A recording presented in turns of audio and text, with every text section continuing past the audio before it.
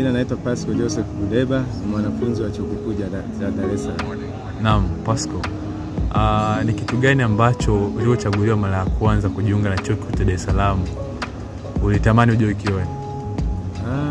Kwanza chuo kikuu cha Dar es Salaam miongoni mwa vyuo bora kabisa Afrika pamoja na ukanda wetu wa East Africa. Ukiangalia kwenye vyuo 10 bora hakikuta kipo.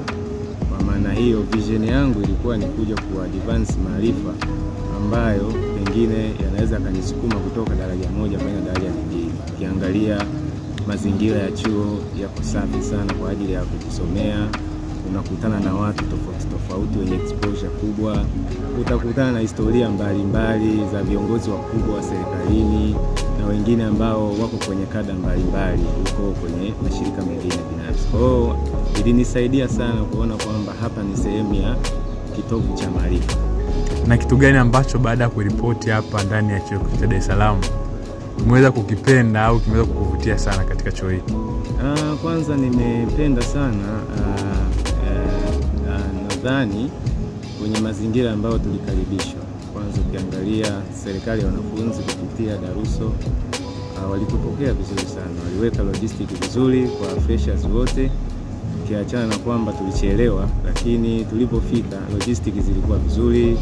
Wanafunzi walipokuwa wanafika waliambiwa yafanye nini, registration ilifanyika vizuri, malazi sehemu ambao wahusika walitakiwa tupeleke tumepelekwa vizuri. Kwa hiyo mazingira hayo ambayo yamenivutia sana. Lakini kikubwa zaidi ni library ambayo nimeiona kwa mara ya kwanza. Ni library nzuri sana, inavutia mwanafunzi kwenda kujisomea na kupata baadhi ya vitu mbalimbali ambavyo ni vizuri kwake kwenye kujenga taaluma yake. Naam. Na kitu gani ambacho ungependa kuwashauri wanafunzi wa mwaka wa kwanza ambao wameanza masomo yao ya shahada ya kwanza mwaka huu?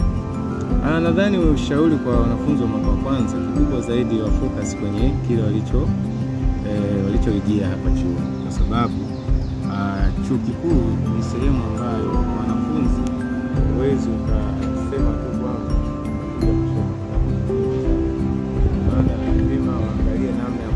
focus kwenye mazingira yao ya kitaaluma, lakini vile pia waache mambo ambayo yanaweza kawaathiri kitabia, kimienendo na kimazingira kwa ujumla. Mfano, sasa hivi wanafunzi watawekewa labda boom na mkopo wa serikali kwa kupitia serikali ya Jamhuri ya Muungano wa Tanzania, rais ametoa.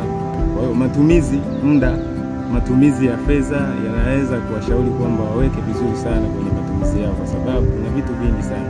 Chuo wanasema watu ni bata, lakini chuo sio bata hivyo, ni hustle ile kubwa sana, kwa sababu utakutana na academic issue ambazo zitakupa shida. Kama wewe utakuwa ni mtu sio hauhudhurii darasani, basi utajikuta wewe unapata direct sub au una discontinue. Kwa hiyo inakuwa ni changamoto kidogo. Kwa hiyo wawekeze nguvu yao kwenye academic, walichochaguliwa ndio focus hicho kwenye taaluma yao, ili mwisho wa siku anayesoma miaka 3 basi asijiongezee mzigo wa miaka 4.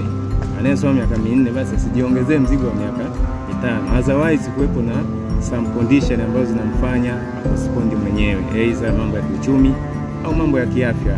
Hayo sasa uwezo kuyakwepa kwa mwanafunzi. Naam. Unaizungumziaje Sabi Media? Ni taasisi nzuri. Of course ni taasisi nzuri na inajikita zaidi sana kwenye kuelimisha vijana, hasa kwenye makundi mbalimbali ya kijamii, ya social na mambo mengine. Kwa hapa University of Dar es Salaam inasaidia vijana wengi sana, kuwasaidia katika kuelekeza maarifa mbalimbali, namna ya kuishi, mambo gani mwanafunzi anatakiwa yakwepe, mambo gani mwanafunzi anatakiwa yaishi kupitia mambo mbalimbali na vitu mbalimbali. Kwa hiyo ni taasisi nzuri na ni nzuri sana, na inaongozwa na kijana mzuri sana, Sami yuko vizuri sana kwenye mambo ya social media. Naam.